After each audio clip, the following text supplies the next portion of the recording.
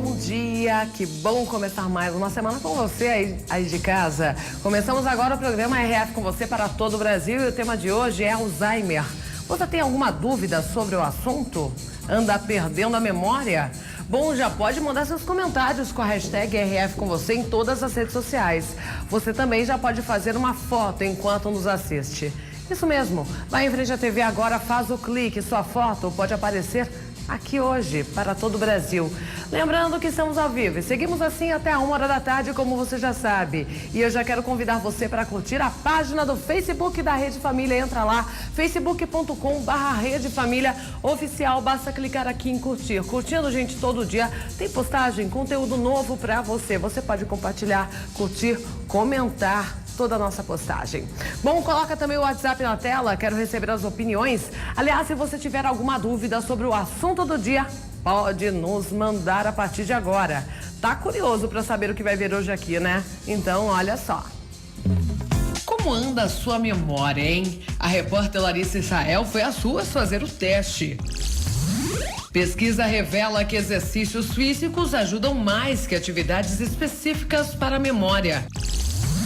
A dieta que pode ajudar a manter o cérebro ativo. No estúdio, o especialista vai falar sobre as características do Alzheimer e como ajudar a prevenir a doença. Tem ainda nosso quadro especial de economia doméstica e as principais notícias do dia para você ficar bem informado. O RF com você está apenas começando. Tudo isso a partir de agora. Pode colocar na tela. Em São Paulo, capital, chuva por lá, assim como no interior também. Mínima 17, máxima de 26 graus. Rio de Janeiro, sol entre nuvens. Mínima de 23 graus, máxima de 24. Em João Pessoa, Paraíba, mínima de 22 e máxima de 28 graus. Nublado em João Pessoa. Agora sim, as principais notícias do dia. E começamos as notícias com o maior ataque a tiros já sofrido pelos Estados Unidos. 50 pessoas morreram e mais de 200 ficaram feridas em Las Vegas. O som da música dá lugar aos disparos.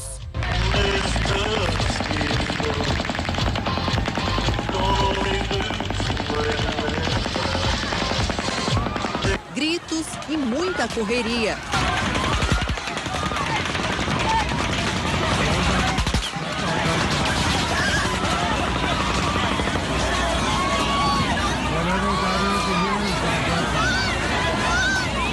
Todos tentam se proteger como podem.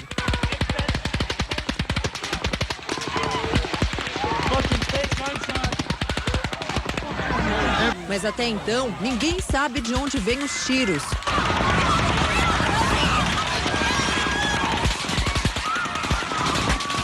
Muito menos quem são os atiradores. No palco, uma banda de música country cantando para milhares de pessoas. A banda para de tocar e o cantor sai correndo. Assustadas, as pessoas procuram proteção. A maioria se joga no chão para tentar se salvar.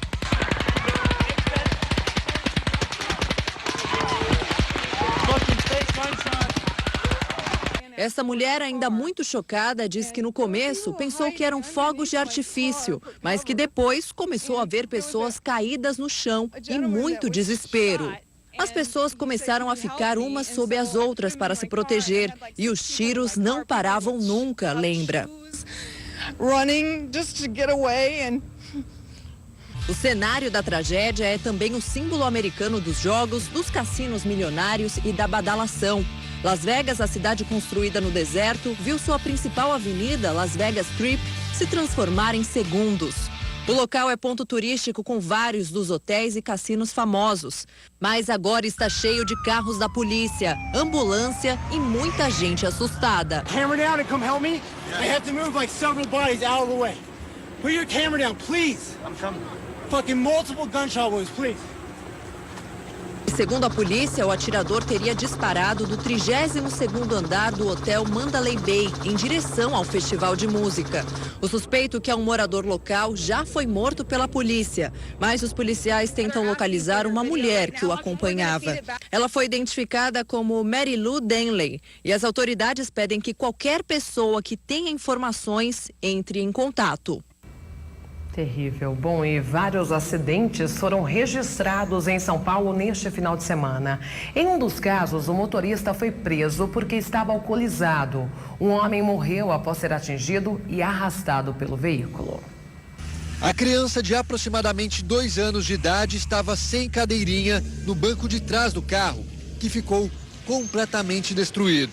Pai, mãe e filho morreram no local. A placa mostra o limite máximo de velocidade. A avenida, que fica na zona norte de São Paulo, é mal iluminada e perigosa por causa do tráfego de caminhões.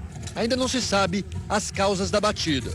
Um outro acidente aconteceu nesta avenida na zona sul, onde a velocidade máxima permitida é de 50 km por hora. Pelo estrago no ponto de ônibus e pelas marcas deixadas no asfalto, a suspeita é de que o carro estivesse bem acima disso.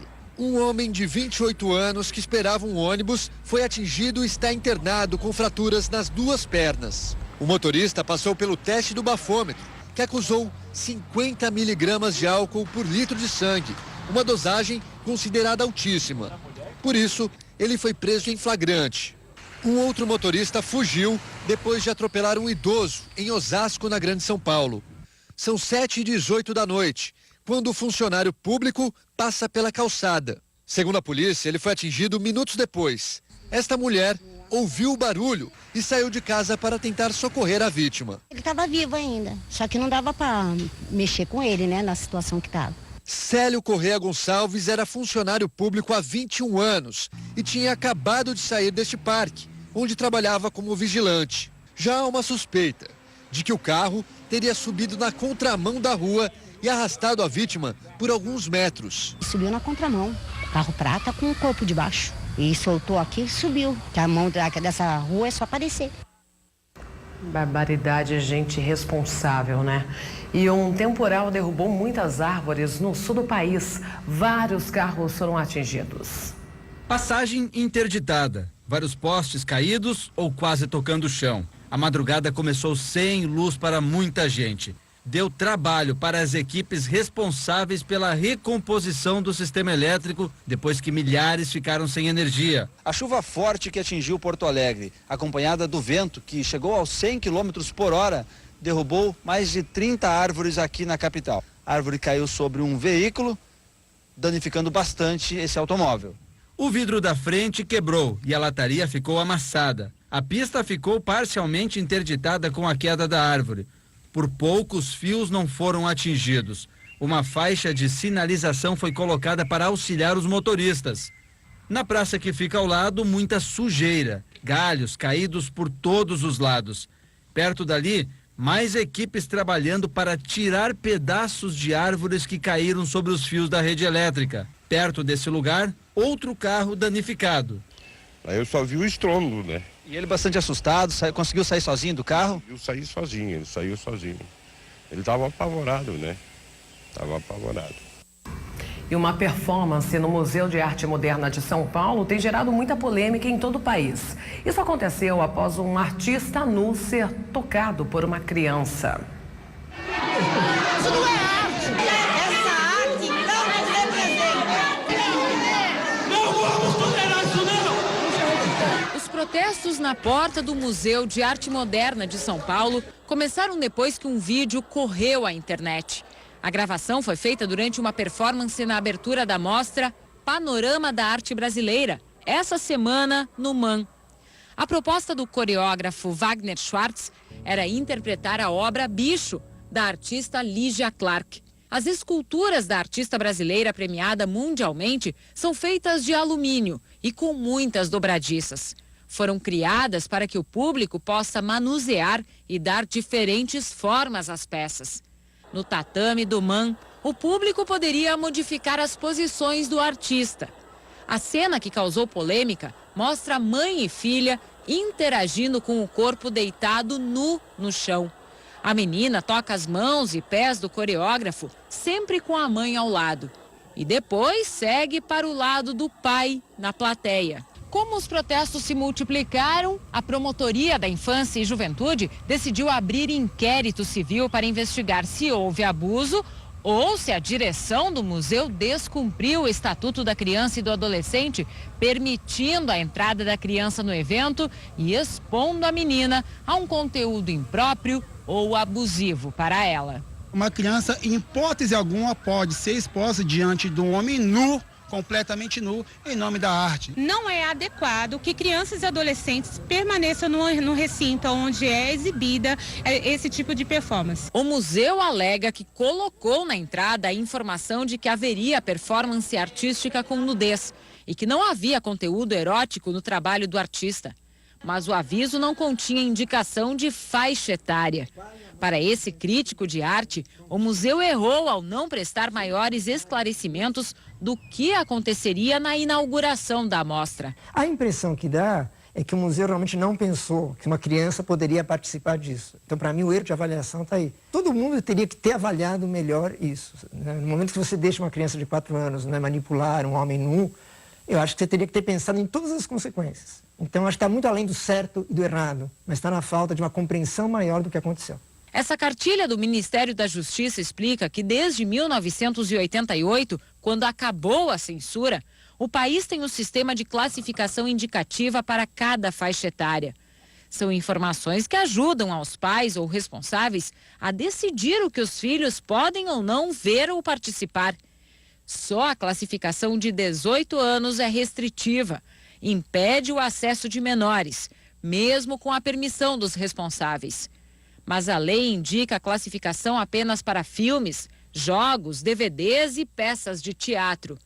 Museus e exposições ficaram de fora da determinação.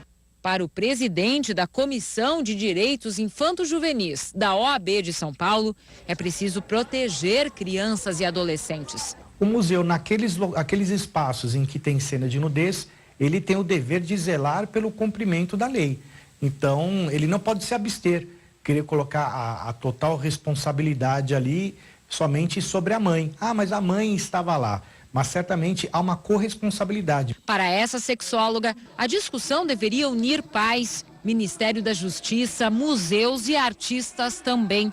Ela alerta que seria preciso avaliar os benefícios e malefícios de crianças participarem ou observarem obras dessa natureza. Quanto menor a criança, menos ferramentas ela tem para diferenciar, por exemplo, que aquele nu e que aquele toque naquele momento é uma apresentação artística diferente de um processo abusivo. Então, quanto menor a criança, mais se precisa explicar para ela e conversar que o consentimento, os limites em relação ao próprio corpo, a diferença entre o que é carinho, o que pode ser um toque abusivo.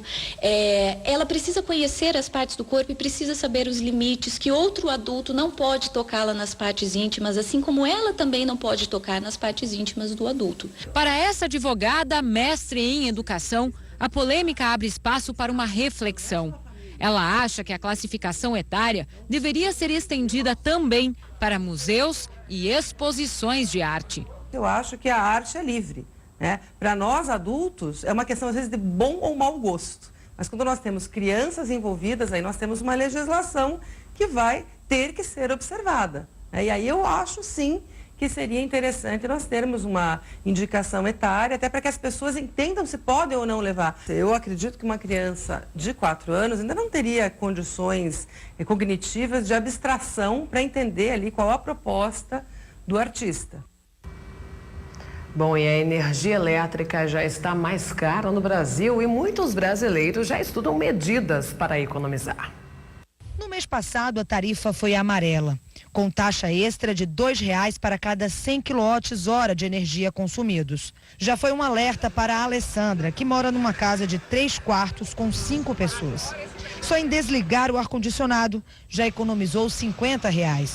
Agora vai ter que pensar em outra forma de economia, já que neste mês de outubro o aumento é de R$ 3,50 para cada 100 kWh consumidos. Lavagem de roupa na máquina somente 2 vezes por semana. Vamos economizar com certeza. Luminárias que tinham 4 lâmpadas já reduzimos para 2, né? E assim sucessivamente. A gente vai estar sempre encontrando meios de economizar. Desde que a bandeira vermelha passou a ter 2 patamares, o 1 e o 2, esta é a primeira vez que o nível mais alto é acionado. A tarifa extra veio devido à baixa vazão das hidrelétricas, porque em setembro as chuvas ficaram abaixo da média. Quem não sabia do aumento na conta de luz tomou um susto. Vou baixar a televisão, vou fazer alguma coisa na minha internet, meu computador também. Já está muito caro, a gente gasta em torno de R$600 por mês só de energia elétrica na casa. E agora vai ficar mais crítico ainda, né? Não tem outra saída a não ser economizar, né?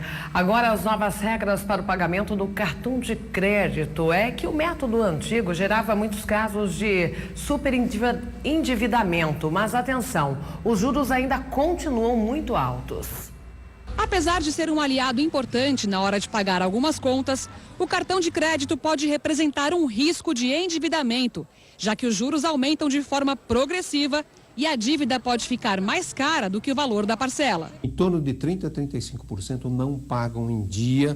Quando vence um mês depois, não pagam aqueles 15% que é obrigatório pela lei. Esses já se tornam inadimplentes no sistema e entram no chamado rotativo. A Elaine fez o pagamento mínimo por 2 meses seguidos e a dívida acabou crescendo. Na época era 400 e pouco, aí foi indo, chegou até 1.200. Na tentativa de reduzir esse superendividamento, há 6 meses foram criadas novas regras do rotativo do cartão de crédito, que é um limite de crédito usado para financiar o valor que não foi pago naquele mês. Você tem o vencimento da tua conta do cartão, toda ela.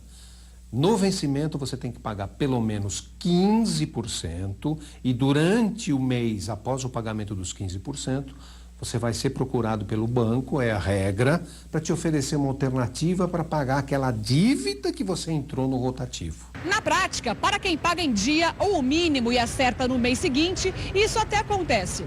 Mas para quem adere ao parcelamento mais barato e não paga o previsto, os juros seguem nas alturas, com taxas superiores a 500%. Em agosto, mais de 60% de todo o saldo de crédito rotativo era não regular, ou seja, atrasos ou pagamentos inferiores aos 15% da parcela mínima. Então, parte dessas pessoas que estão no rotativo e lhes oferece uma alternativa de pagar, tem dificuldade de entender. Tanto é que depois de 6 meses de implantado, essa nova forma de acertar o rotativo, ainda em torno de 60% a 65% não conseguiram fazer o acerto. Para sair do rotativo, o consumidor tem algumas alternativas. Ele pode conseguir um empréstimo consignado. Esse empréstimo consignado, os juros estão em média no Brasil 2% ao mês, 28% ao ano. Outra alternativa é o próprio empréstimo bancário, que ele pode conseguir não na sua instituição, mas ele pode passar e pedir para outra instituição. Não é tão bom quanto ao 2%, mas sem dúvida é melhor do que os 12% ou 15% no rotativo do cartão de crédito. Essas foram as principais notícias desta segunda-feira. Agora o Eli tem um recadinho pra gente. Portanto, não mude de canal, hein? Estamos de volta, então comenta nas redes sociais da Rede Família. Você já segue a Rede Família em todas as redes sociais? Ainda não? Tá perdendo tempo. O endereço do Facebook vai aparecer aí na sua tela. Segue a gente lá. Basta clicar em curtir. Curtindo, gente, todo dia tem postagem nova. Você pode compartilhar, curtir, comentar, fazer o que você quiser. E o Instagram, hein? Segue a gente lá também, eu já estou seguindo, né? @canal Rede Família. E hoje eu quero muitos comentários na hashtag RF com você. Se você quiser me mandar uma mensagem, é só escrever com a hashtag RF com você. Se você quiser nos mandar uma foto, pode fazer isso pelo WhatsApp. Coloca na tela 19971024854. Não esquece do seu nome e cidade. Se você tiver alguma pergunta sobre Alzheimer, memória, pode nos mandar também. Dr. Marcelo Rossi vai nos responder daqui a pouco ao vivo, viu? E pra gente dar início ao nosso assunto de hoje, a repórter Larissa Israel foi às ruas para testar a memória das pessoas. É evidente que o teste não é um exame para detectar o Alzheimer, né? Que hoje é o nosso tema, mas chama atenção para a doença. Como você tem cuidado da sua memória, hein? Olha só. A Organização Mundial da Saúde estima que o Brasil tenha 1,2 milhões de pessoas com Alzheimer. A doença destrói as funções do cérebro e não tem cura. Um dos principais sintomas é a perda progressiva da memória. E por isso hoje nós viemos desafiar a memória dos brasileiros. O teste será o seguinte: eu vou colocar essa sequência de números no meu celular e vou mostrar para as pessoas e pedir para que elas memorizem. Será que elas vão conseguir se lembrar? 129765. 1279. Eita, errou. Mais um limeirense que topou fazer o teste. Mas agora, André, uma pergunta que não quer calar. Como anda a sua memória? A minha memória? Acho que ela anda boa, porque eu gravo muitas coisas, eu guardo muitas coisas de infância, assim. Acho que minha memória é boa, acredito eu. E números? E para guardar números? Números não. Já é complicado, porque já entra matemática, mas eu falo memória de lembranças, né? Desse jeito que eu tô falando de memórias. Mas vamos fazer um teste com números? Eu vou te mostrar uma sequência e vou pedir para você gravá-la, tá? Vou te dar alguns minutinhos.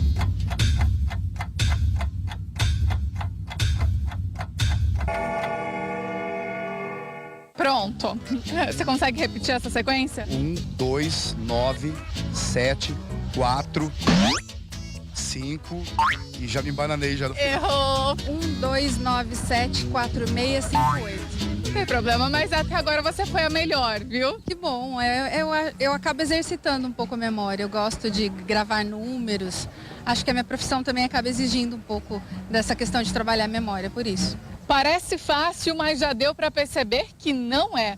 Eu confesso que eu não sou muito boa com memória não, viu, gente? Muito menos quando o assunto é números. Mas será que será que ninguém aqui pelas ruas vai acertar essa sequência? 129, 743. Difícil, hein? Mas é 1, 2, 9, 5, 7, 3... Repete ela pra mim. 129-746-358. Pois é, a memória dele anda boa mesmo, acertou. Pelo jeito a memória do brasileiro não anda muito boa não, viu? Só um entrevistado conseguiu memorizar toda essa sequência. Mas e a sua memória, hein, Marielle? Como anda? Topa fazer esse desafio? Nós vamos te dar alguns minutinhos para você memorizar essa sequência e respondê-la aí no estúdio. Então, valendo! Não tem outra saída, né, gente? 128. Ok. 129, 746, 358. Ok? Tô correta? Coloca na tela de novo. 129, 746, 358. Tá aí, Larissa. Boa de memória. E olha que eu não sou, viu? Tava tensa aqui com essa numeração, desde que falaram que eu teria que decorar. Doutor Marcelo Rossi, posso iniciar já a entrevista com o doutor? Sobre isso? Acho que eu vou procurar um médico. Vai procurar? Coloca pro doutor na tela também. Vai, coloca. Vamos ver. Vamos fazer o teste com o doutor. 297.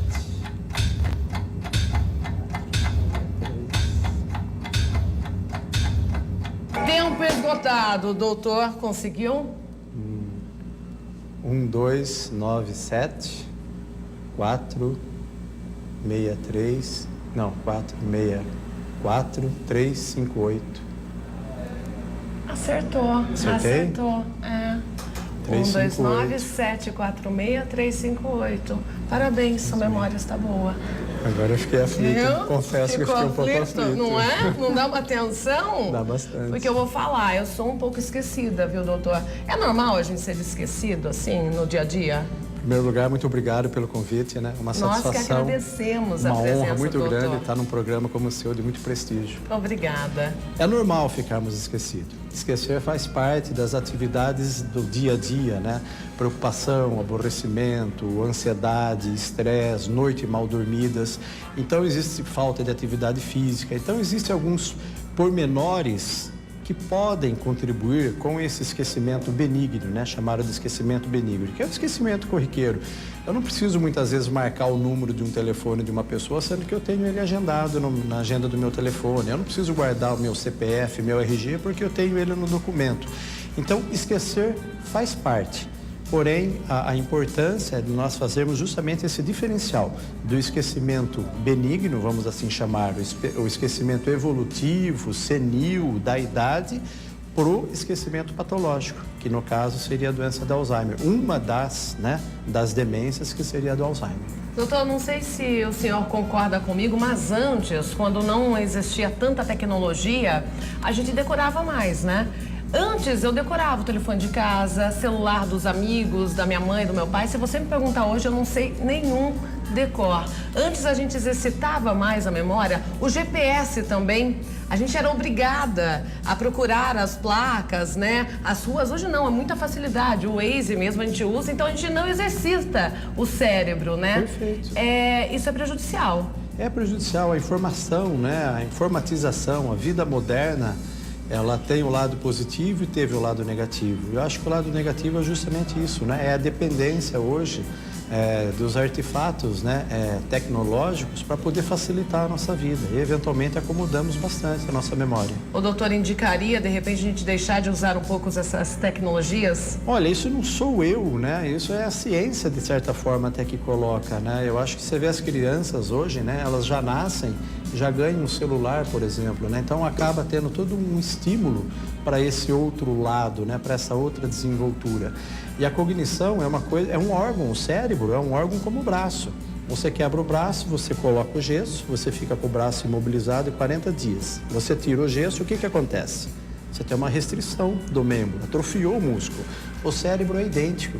As pessoas não estão mais explorando a sua capacidade, né, intelectual, a sua capacidade cognitiva. Existe uma acomodação, né, em termos gerais, com relação a raciocinar, criar, desenvolver, pensar, estimular, né? Na escola, né, nós éramos obrigados, na minha época, a irmos nas bibliotecas municipais, né? Sim. Procurar, ler livros. Decorar o mapa mundo. Será que os alunos fazem isso hoje, né? Eu acho que com raras exceções. Então, tudo isso, evidentemente, está trazendo contribuição, sim, para ficarmos um pouco mais esquecidos. Bom, se você puder dar uma dica, então, o que fazer diariamente? Se exercitar como, por exemplo? Lendo, fazendo alguma atividade, um jogo? A condição hoje, eles chamam de 4 pilares. O que você pode fazer hoje? Porque o Alzheimer é uma doença evolutiva, é uma doença progressiva da idade.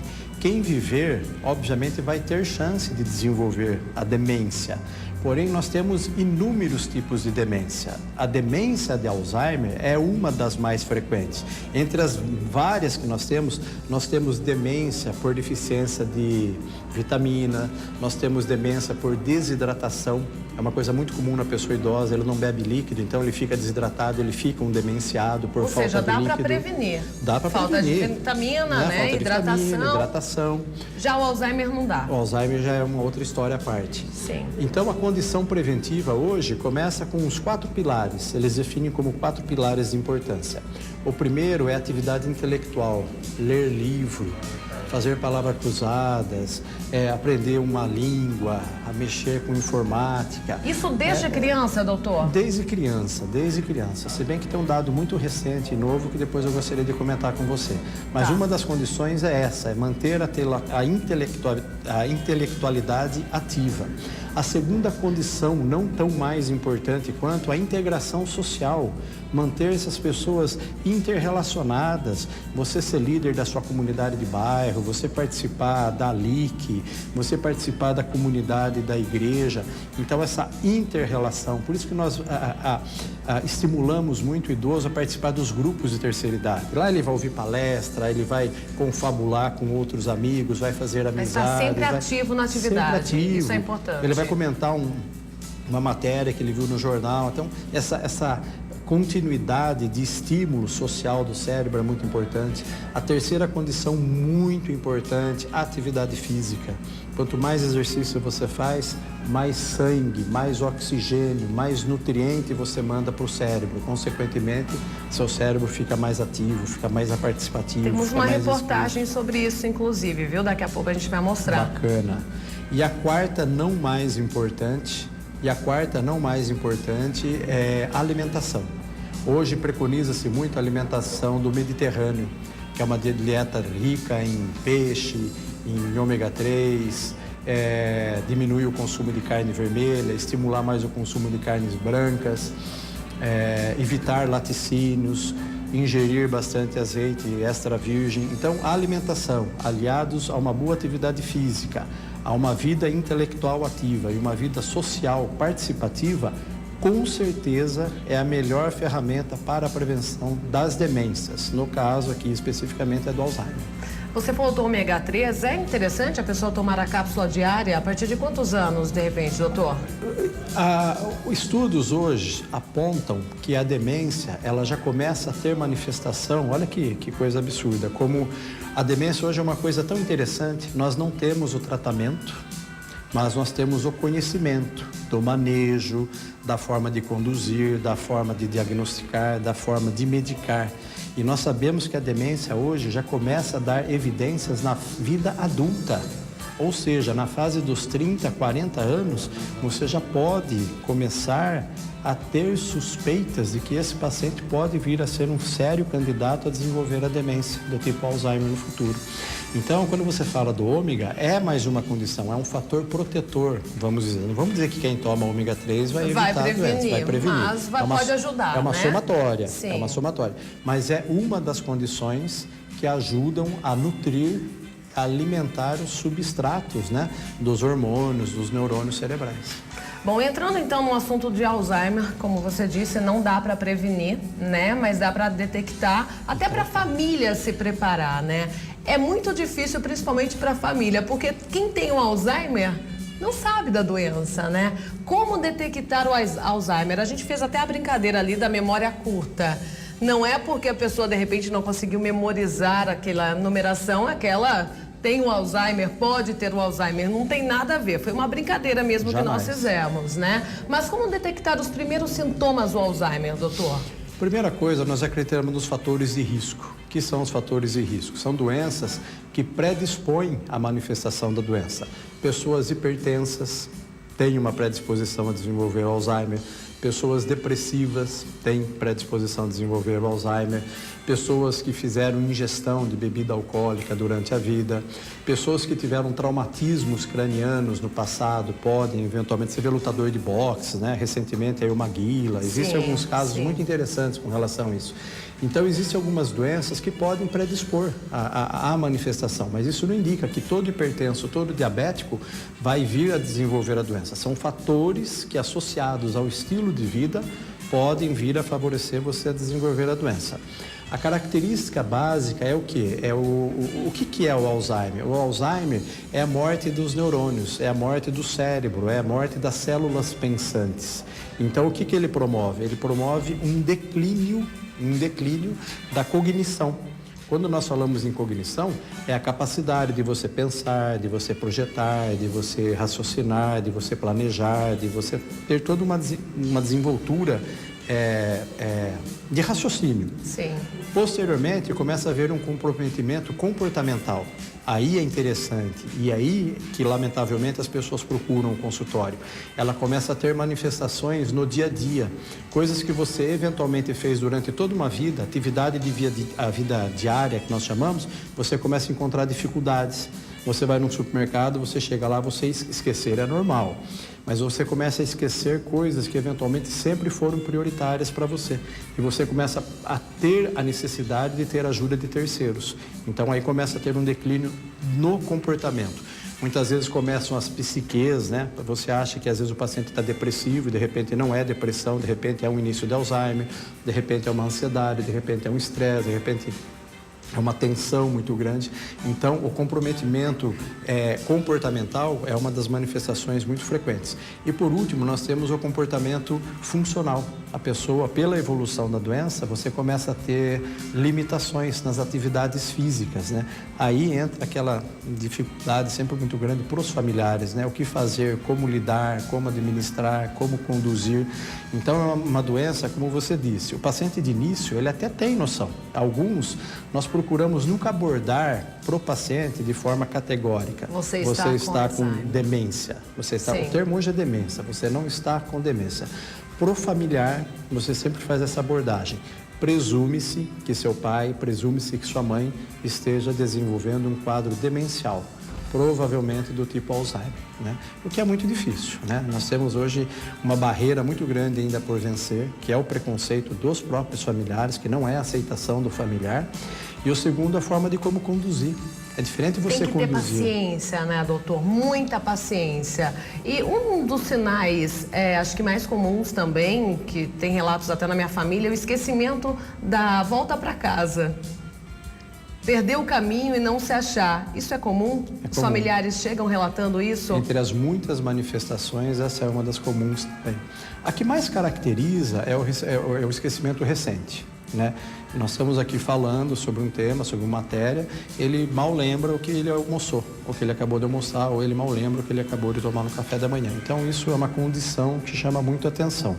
E o esquecimento, às vezes ele sai. Quantas vezes também você sai para trabalhar e de repente você chega no trabalho e você fala, meu Deus, como é que eu cheguei até aqui? Então, existe aquela tensão da tensão, do estresse, mas isso começa a ser uma frequência.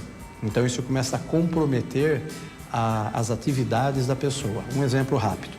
Você levanta, você faz a higienização oral, né, do rosto, vai preparar a água para fazer o café, enquanto está preparando a água, sobe, arruma a cama, aí vai, pega o café, enquanto está coando o café, vai dar comida para o passarinho.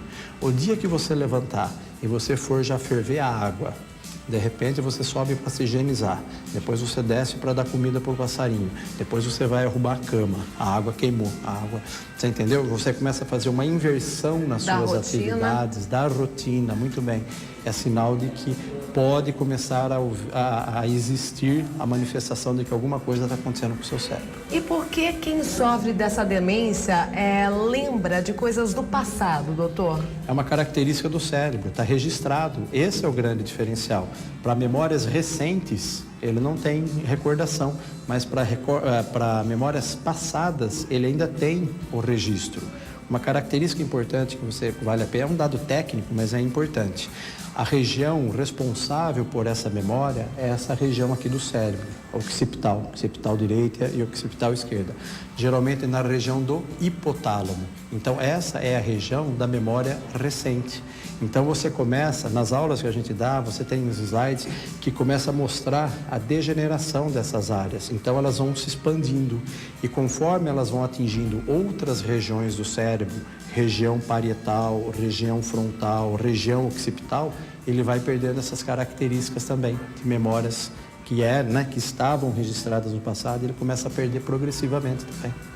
Eu tive um professor de matemática, nós brincávamos, ele foi com queixa de esquecimento. Ele chegava no consultório, como desafio, igual fizeram o teste com você aqui. Ele fazia conta até 3 dígitos de subtração, multiplicação, divisão. Ele dava o número e eu fazia na calculadora. Ele fazia mais rápido do que eu na calculadora. Hoje, infelizmente, ele não sabe mais quanto é 1 mais 1. Ele não sabe quem ele não reconhece mais a filha. Então, é um processo evolutivo muito deprimente, muito triste, muito aborrece muito, né? A família. A família muito se vê triste muito para a família, mas sem tem que estrutura. saber lidar, né? É um membro da família e daqui a pouco a gente volta a falar sobre isso, inclusive dando dicas para os familiares de quem tem um paciente com Alzheimer, com essa demência.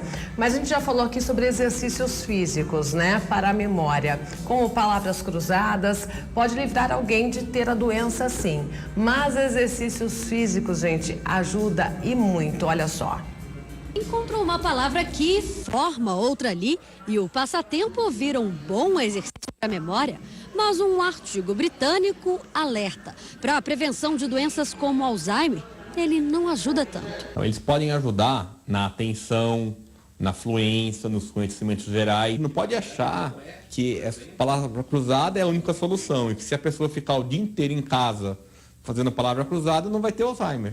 O mal de Alzheimer é uma doença progressiva e sem cura, que destrói os neurônios e provoca um acúmulo de uma proteína no cérebro, que afeta a memória recente. A pessoa começa a se esquecer de fatos e situações que acabaram de acontecer.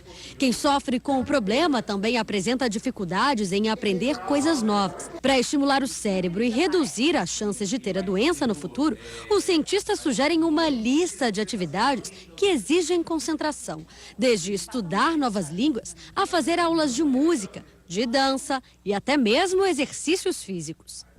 Mas por que tentar prevenir uma doença que afeta principalmente a memória com exercício físico, por exemplo?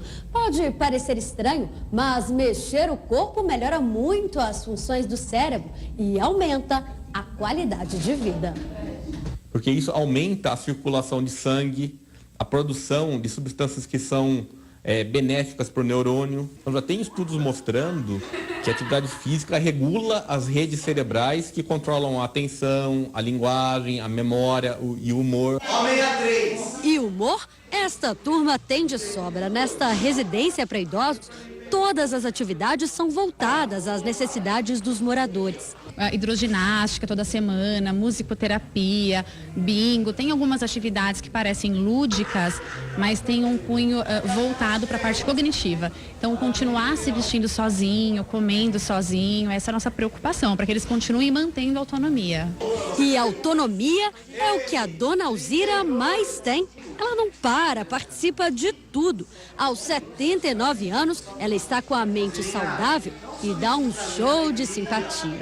A receita é essa, tentar viver com a cabeça leve para viver melhor. Ah lá, foi isso que você disse durante a entrevista, né?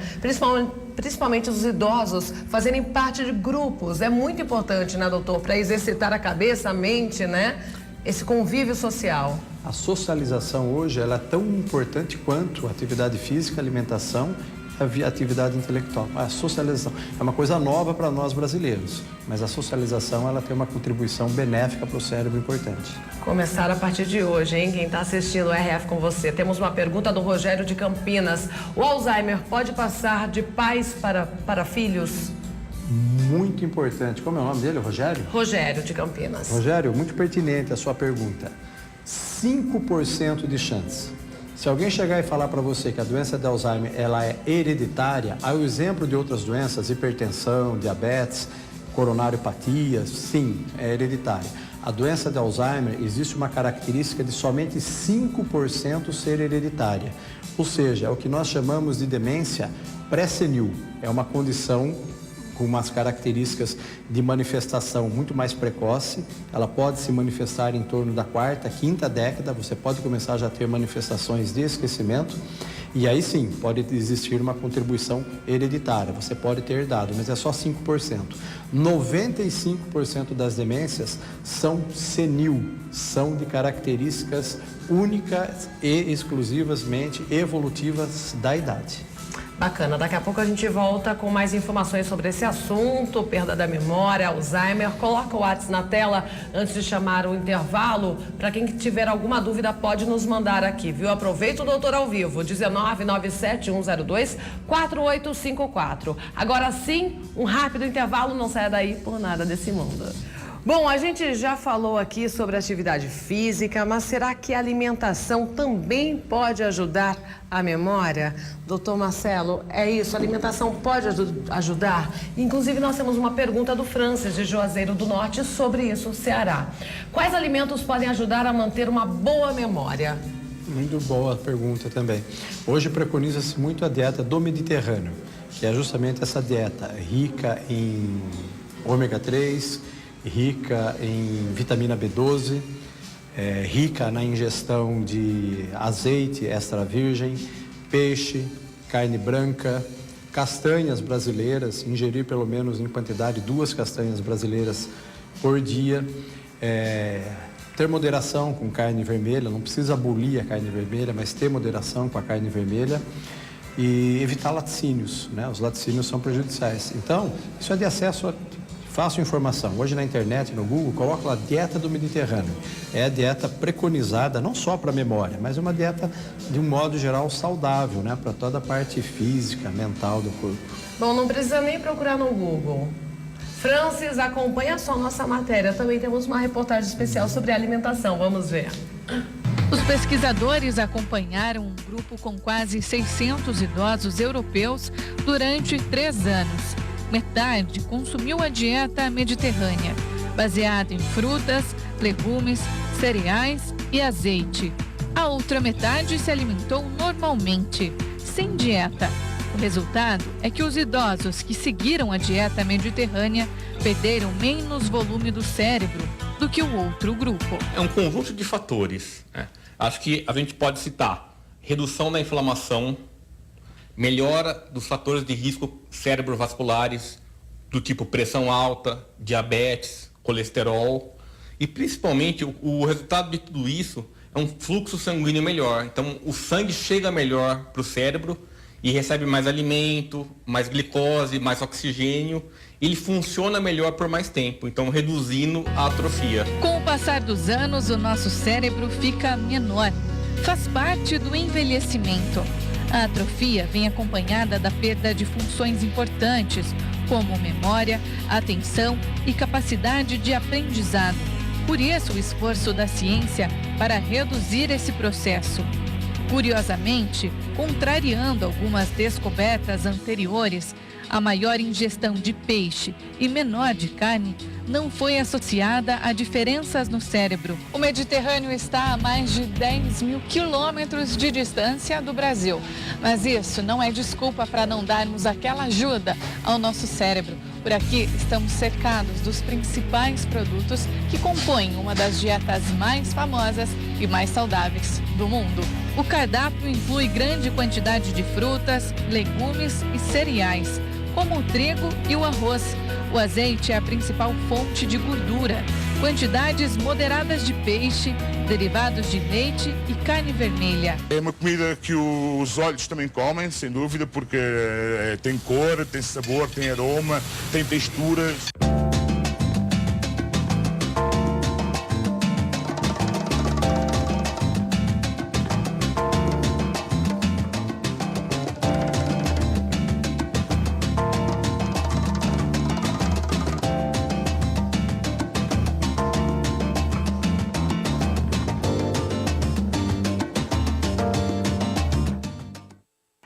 Boa alimentação para o corpo e para a mente também, importantíssimo. E temos mais perguntas de telespectadores, pode colocar na tela.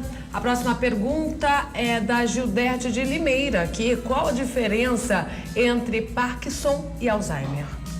A diferença é tremenda, né? Se bem que interessante, como é importante, né, a participação do ouvinte, né?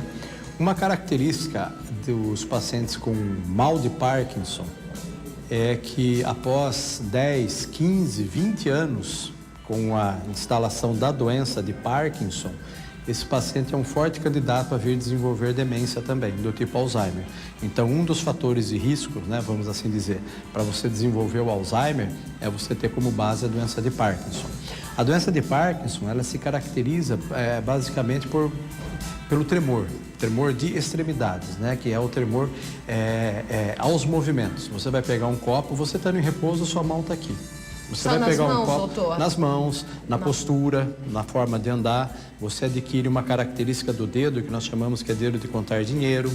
Você, para poder manter a doença, ela comete uma área do cérebro que compromete a parte motora, do equilíbrio.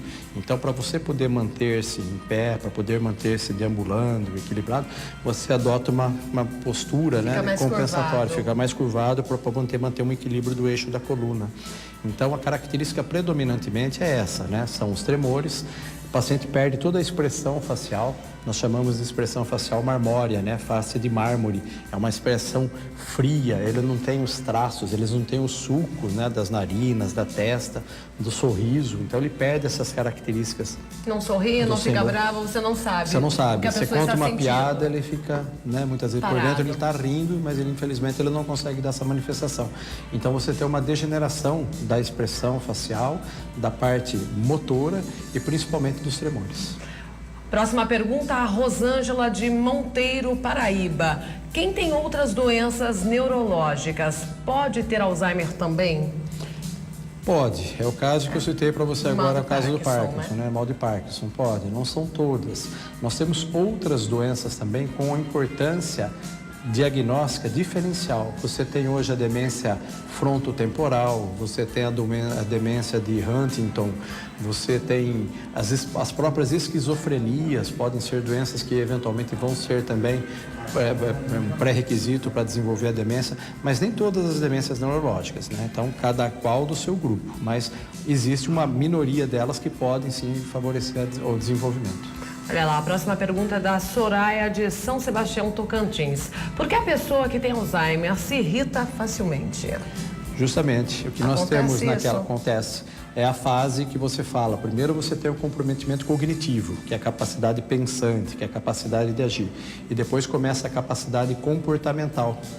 Como a doença ela começa a ter uma evolução sistêmica, abrangente de todo o cérebro, aí você pode começar a comprometer as áreas afetivas, as áreas da irritabilidade. Você tem paciente que manifesta características irritativas, fica violento, fica agressivo.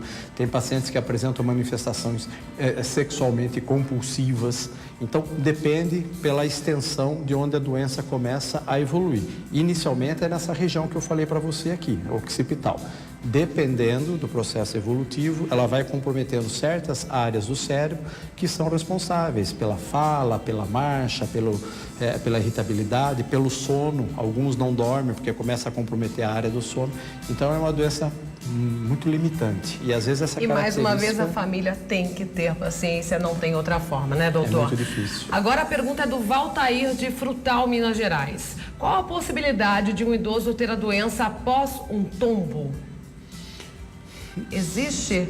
São fatores de risco, entraria nos fatores de risco. Você com a traumatismo, idade, né? Do traumatismo, né? Pacientes lutadores de boxe, histórias de traumatismo crânio. Não é bater a cabeça na porta, não é um traumatismo leve, é traumatismo que realmente levou você a uma sequela, você teve um comprometimento neurológico, ficou desmaiado. E lá então, na frente pode desenvolver, pode vir a ter, contribuir para processos inflamatórios, processos vasculares. Uma coisa muito importante, uma demência importante também é a segunda causa de demência, depois da Alzheimer, é a demência vascular. A chamada famosa, o AVC, né? Acidente vascular isquêmico cerebral, ou antigamente chamado de arteriosclerose. Então você começa a ter também uma degeneração da vascularização do cérebro. Então certas áreas passam a não ser mais irrigadas por sangue, por oxigênio. Então você começa a ter manifestações também comportamentais, manifestações de memória e até de coordenação de movimentos. Bacana, doutor, preciso encerrar, foi muito interessante o nosso bate-papo, mas só uma dica aqui, de repente a pessoa esquece o que comeu ontem na mistura, por exemplo, durante o almoço, a nossa equipe está com perda de memória, a gente esquece o que foi ontem, por exemplo, no RF com você, por quê? A vida é muito corrida, né? A gente já sai daqui preparando o RF com você de amanhã. Tem muita gente que esquece senhas de banco.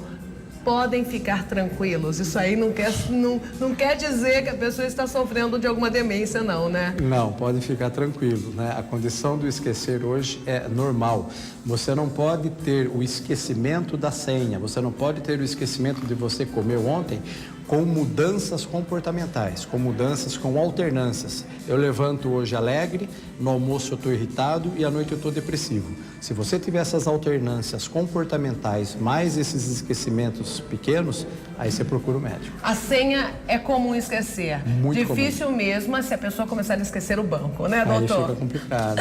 Doutor, prazer em tê-lo aqui. Prazer Já foi todo convido meu. novamente para outros temas. Quantas vezes for convidado, estarei aqui. Obrigada, boa tarde e ótima semana. Obrigado, igualmente. Bom, e vamos fazer mais uma pausa do RF com você. Isso mesmo, vai ligando e comprando aí o Max Vitality. E chegou a hora do nosso quadro especial de economia doméstica e hoje a Patrícia Lages vai falar sobre a nossa percepção sobre o que é caro ou barato. Como saber, hein? Já aconteceu com você de chegar numa loja, ver uma coisa e fica naquela dúvida, será que isso é caro? Será que isso é barato? Como é que a gente sabe a diferença entre caro e barato?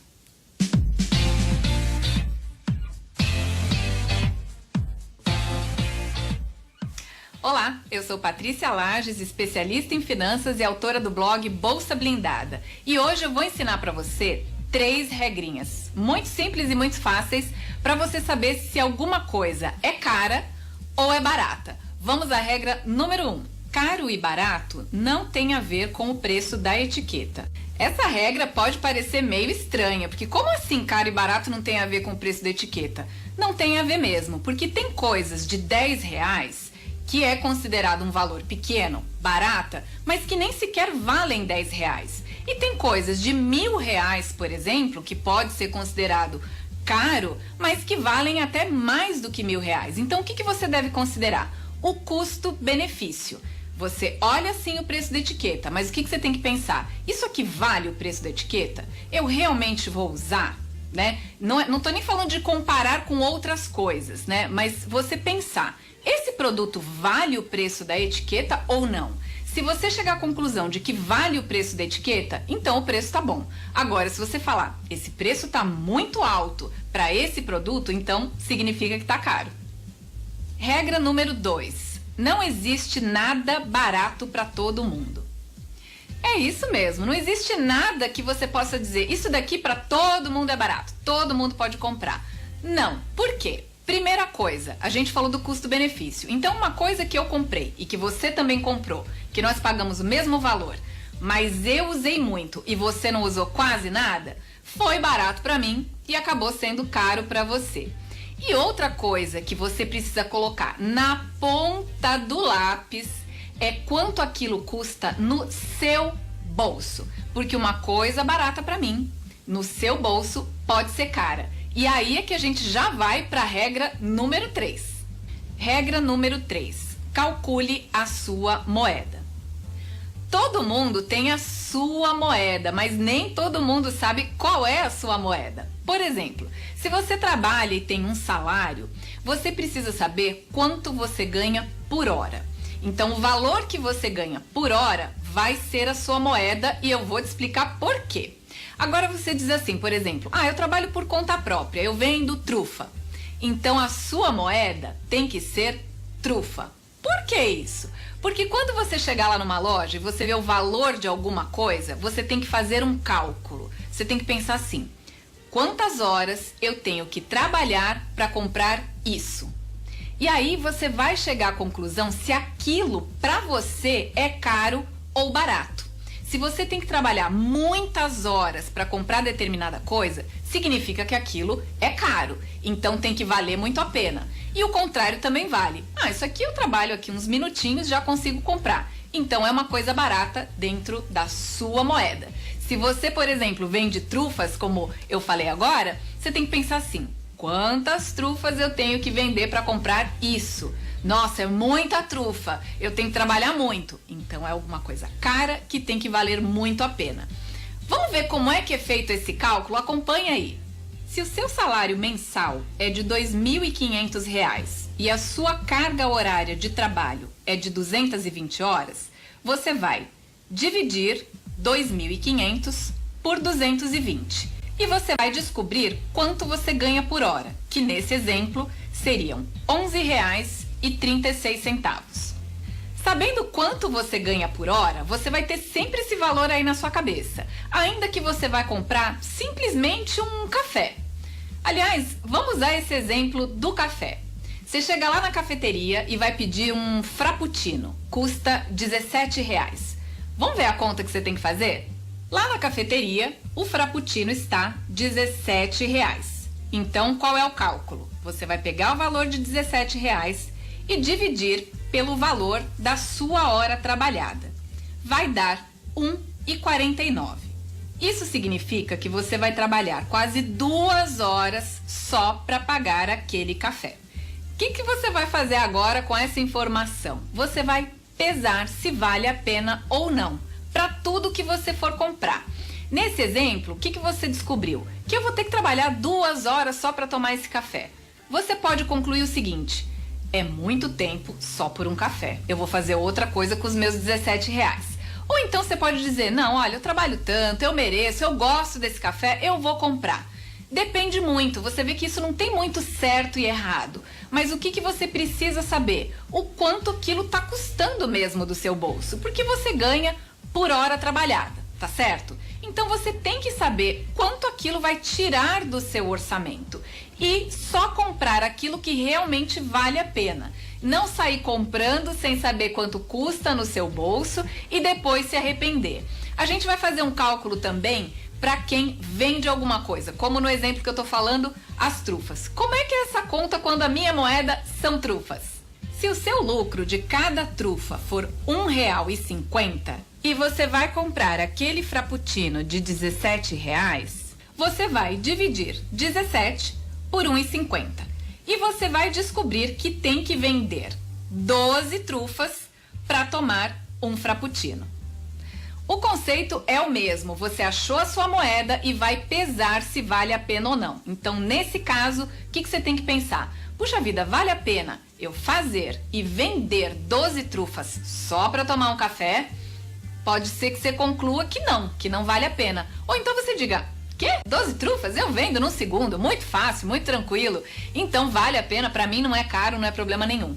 Isso, cada um tem que pesar. Por quê? Porque os nossos ganhos são diferentes. Por isso é que tem aquela outra regrinha de que não existe nada que seja barato para todo mundo. Um cafezinho que pode ser barato para um, pode ser muito caro para o outro. Obrigada pela dica, Patrícia. Bom, eu fico por aqui, não vai dar tempo de colocar as fotos do dia, que pena, né? Mas amanhã, prometo, começo já exibindo as participações de hoje, viu? Ótima tarde, ótima semana para vocês. Fiquem com Deus.